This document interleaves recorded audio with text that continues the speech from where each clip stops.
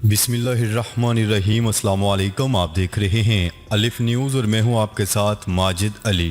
شامل کرتے ہیں آج کی ہیڈ لائن۔ چین اور سری لنکا کی قربت سے مودی سرکار پریشان۔ سعودی عرب میں بے روزگار پاکستانیوں کے لیے اچھی خوشخبری۔ افغانستان کے نئے سربراہ کا انتخاب کر لیا گیا۔ طالبان کے امیر ملا ہیبت اللہ ملک کے نئے سربراہ ہوں گے، افغان نشریاتی ادارے کا دعویٰ۔ سید علی گیلانی کا انتقال، آزاد کشمیر میں 3 روزہ سوگ، مقبوضہ وادی میں پابندیاں۔ برطانوی وزیر خارجہ طالبان قیادت سے مذاکرات کے لیے قطر روانہ۔ Army chief general Qamar Javed Bajwa کا سید علی گیلانی کے انتقال پر اظہار افسوس۔ سقوط کابل سے قبل جو بائیڈن اور غنی نے ایک دوسرے کو کیا کہا تھا، تفصیلات سامنے آ گئی۔ پاکستان اور دنیا بھر کی خبروں سے باخبر رہنے کے لیے الف نیوز کو سبسکرائب کر لیں اور بیل آئیکن کو کلک کرنا نہ بھولیے گا۔ ناظرین، اپنی آرا کا اظہار کمنٹ سیکشن میں لازمی کیجیے گا۔ ہیڈ لائنز آپ نے جانی، اب بڑھتے ہیں خبروں کی تفصیلات کی طرف۔ چین نے سری لنکا میں انفراسٹرکچر کا جال بچھا کر تامل قوم کا دل جیت لیا، جس پر بھارتی ریاست تامل ناڈو میں چین کے جھنڈے لہرا دیے گئے۔ عالمی میڈیا کی رپورٹ کے مطابق بھارتی ریاست تامل ناڈو کے کچھ علاقوں میں چین کے سرخ جھنڈے لہرائے گئے ہیں۔ یہ جھنڈے چین کی جانب سے سری لنکا میں تامل علاقوں میں ترقیاتی کام کروانے کی خوشی میں لہرائے گئے ہیں۔ بھارتی تامل افراد بھی ایسی ہی ترقی چاہتے ہیں۔ ادھر مودی سرکار کی بری کارکردگی کے بجائے بھارتی میڈیا نے چین پر سری لنکا کے تامل علاقوں میں بنیادی ڈھانچوں کی تبدیلی اور انفراسٹرکچر بہتر بنانے پر تنقید کے تیر برساتے ہوئے الزام عائد کیا ہے کہ چین تامل علاقوں میں اپنے قدم جمانے کی کوشش کر رہا ہے۔ چین نے سری لنکا میں نہ صرف انشورنس پالیسیاں متعارف کروائی ہیں بلکہ مچھیروں کا معیار زندگی بہتر بنانے کے لیے بھی کام کیا گیا ہے، جس پر بھارت نے الزام عائد کیا ہے کہ چین بھارتی جزیرے پر اپنی موجودگی قائم کرنے کے لیے بھارتی مچھیروں کو بھی راغب کر رہا ہے۔ بھارت نے یہ بھی واویلا کیا ہے کہ سری لنکا کے شمالی صوبے میں اقتصادی سرگرمیوں اور مجوزہ انفراسٹرکچر ڈیولپمنٹ پروجیکٹس کی حفاظت کے نام پر چین اسٹریٹجک وجوہات کی بنا پر اپنا تسلط قائم کرے گا۔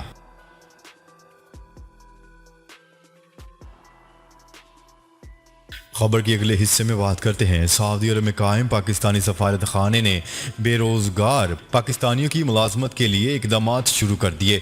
پاکستانی سفارت خانے کی جانب سے 2 روز قبل بے روزگار پاکستانیوں کے لیے ایک اعلامیہ جاری کیا گیا تھا، جس میں کہا گیا تھا کہ وہ پاکستانی جن کے اقامے کی میعاد 1 سال پہلے ختم ہوئی اور وہ نوکری کی تلاش میں ہیں، 2 ستمبر کو اپنے کوائف کے ہمراہ دوپہر 3 بجے تک سفارت خانے پہنچ جائیں۔ اعلامیہ میں بتایا گیا ہے کہ سفارت خانے میں مختلف کمپنیوں کے لوگ موجود ہوں گے جو کوائف دے کر انٹرویو لیں گے اور پھر قابل معیار پر پورا اترنے والوں کو ملازمت دی جائے گی۔ سفارت خانے نے وضاحت کی ہے کہ خالی اسامیوں کے انٹرویو کے لیے صرف وہی لوگ اپلائی کر سکتے ہیں جن کے اقامے کی میعاد 1 سال سے زائد مدت سے ختم ہوئی ہے۔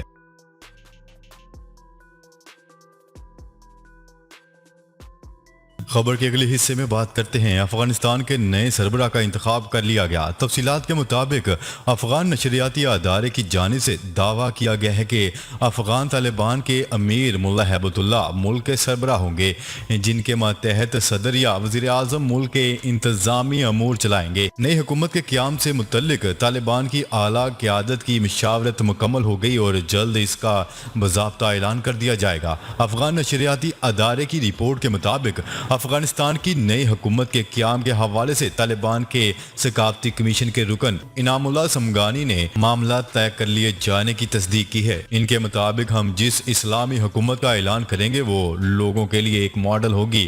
انہوں نے تصدیق کی ہے کہ ہیبت اللہ اخوند زادہ افغان حکومت کا حصہ ہوں گے، وہ افغان حکومت کے سربراہ ہوں گے۔ دوسری جانب ایک امریکی ٹی وی چینل کی جانب سے دعویٰ کیا گیا ہے کہ طالبان ایرانی حکومت کی طرح اپنے گروپ کے سربراہ ہیبت اللہ اخوند زادہ کو سپریم لیڈر نامزد کریں گے۔ طالبان ایرانی طرز حکومت میں دلچسپی رکھتے ہیں جس میں صدر اور کابینہ تو موجود ہوتے ہیں مگر سپریم لیڈر بطور مذہبی رہنما تمام اختیارات اپنے پاس رکھتے ہیں اور وہ صدر کے احکامات کو بھی ناقص العمل قرار دے سکتے ہیں۔ خبر کے اگلے حصے میں بات کرتے ہیں۔ آزاد کشمیر حکومت نے بزرگ حریت رہنما سید علی گیلانی کے انتقال پر 3 روزہ سوگ اور 1 دن کی تعطیل کا اعلان کیا ہے۔ نیوز رپورٹ کے مطابق آزاد کشمیر کے تمام ضلعی ہیڈ کوارٹر میں سید علی گیلانی کی غائبانہ نماز جنازہ ادا کی جائے گی۔ کشمیر میڈیا سروس کے مطابق بزرگ حریت رہنما سید علی گیلانی کے انتقال کے فوری بعد بھارت نے مقبوضہ وادی میں شہریوں کی نقل و حرکت پر مکمل پابندی عائد کر دی۔ میڈیا رپورٹس کے مطابق بھارت کی غاصب حکومت نے وادی میں انٹرنیٹ سروس بھی معطل کر دی۔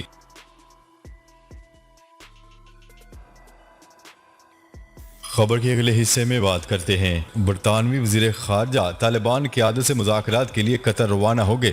برطانوی وزیر خارجہ افغان طالبان سے بات چیت کے لیے قطر روانہ ہو گئے ہیں، جہاں وہ طالبان قیادت سے ملاقات کریں گے اور افغانستان میں موجود برطانوی شہریوں اور برطانوی افواج کے ساتھ مترجم کا کام کرنے والے افغان شہریوں کے انخلاء پر مذاکرات کیے جائیں گے۔ برطانوی دفتر خارجہ کی جانب سے جاری کردہ بیان میں کہا گیا ہے کہ برطانوی وزیر خارجہ طالبان قیادت سے ملاقات کے دوران 4 نکاتی ایجنڈے پر بات چیت کریں گے، جس میں افغانستان میں امن و امان یقینی بنانا، دہشت گردوں کی پناہ گاہیں بننے سے روکنا اور افغان شہریوں کے مسائل سے متعلق جواب دہی سمیت طالبان کے انسانی حقوق سے متعلق معاملات شامل ہیں۔ واضح رہے کہ افغانستان سے انخلاء کے لیے اپنائی گئی حکمت عملی سے متعلق برطانوی حکومت پر ملک میں شدید تنقید کی جا رہی ہے۔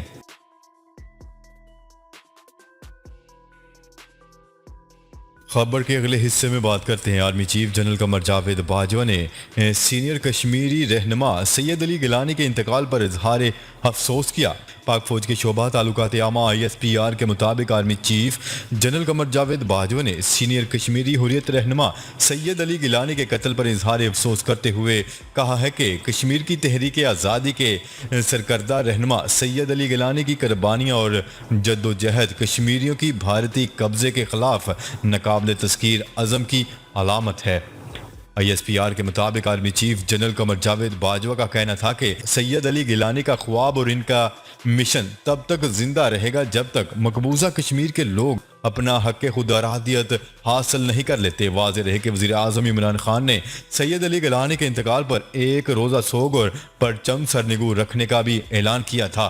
کشمیر میڈیا سروس کے مطابق 92 سالہ کشمیری رہنما سید علی گیلانی کا انتقال بدھ کی رات کو سری نگر میں ہوا۔ سید علی گیلانی طویل عرصے سے بیمار تھے۔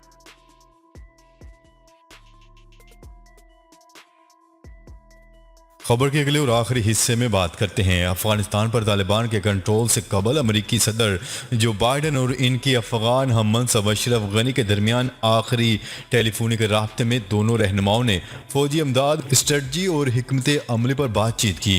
دونوں رہنماؤں کے درمیان ٹیلی فونک گفتگو کا متن خبرساں ایجنسی روئٹرز نے دیکھا اور ان کے مطابق جو بائیڈن اور اشرف غنی دونوں ہی اس بات سے لا علم نظر آتے تھے کہ طالبان جلد پورے ملک کے اقتدار پر کنٹرول حاصل کر لیں گے۔ 15 اگست کو اشرف غنی صدارتی محل سے بھاگ کر فرار ہو گئے تھے اور طالبان کابل میں داخل ہوئے۔ اس وقت سے اب تک ہزاروں مایوس افغان ملک سے فرار ہو چکے ہیں اور انخلاء کے اس عمل کے دوران کابل کے ہوائی اڈے پر ہونے والے دھماکے میں 13 امریکی فوجی اور درجنوں افغان شہری مارے گئے تھے۔ روئٹرز نے صدارتی فون کال کے حوالے سے بتایا ہے کہ کابل میں جو بائیڈن نے کہا تھا کہ اگر اشرف غنی عوامی سطح پر افغانستان میں بڑھتی ہوئی صورتحال کو کنٹرول کرنے کا منصوبہ پیش کر سکتے ہیں تو وہ آمادہ کے لیے تیار ہیں۔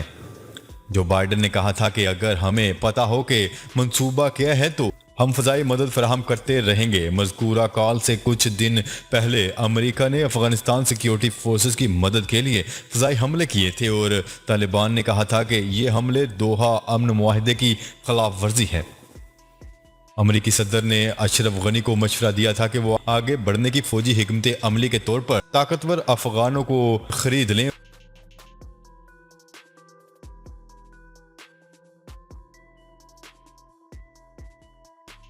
جی تو ناظرین، اب تک کے لیے اتنا ہی۔ مزید خبریں لے کر بہت جلد آپ کی خدمت میں حاضر ہوں گے۔ تب تک کے لیے اپنا خیال رکھیے گا۔ اللہ نگہبان۔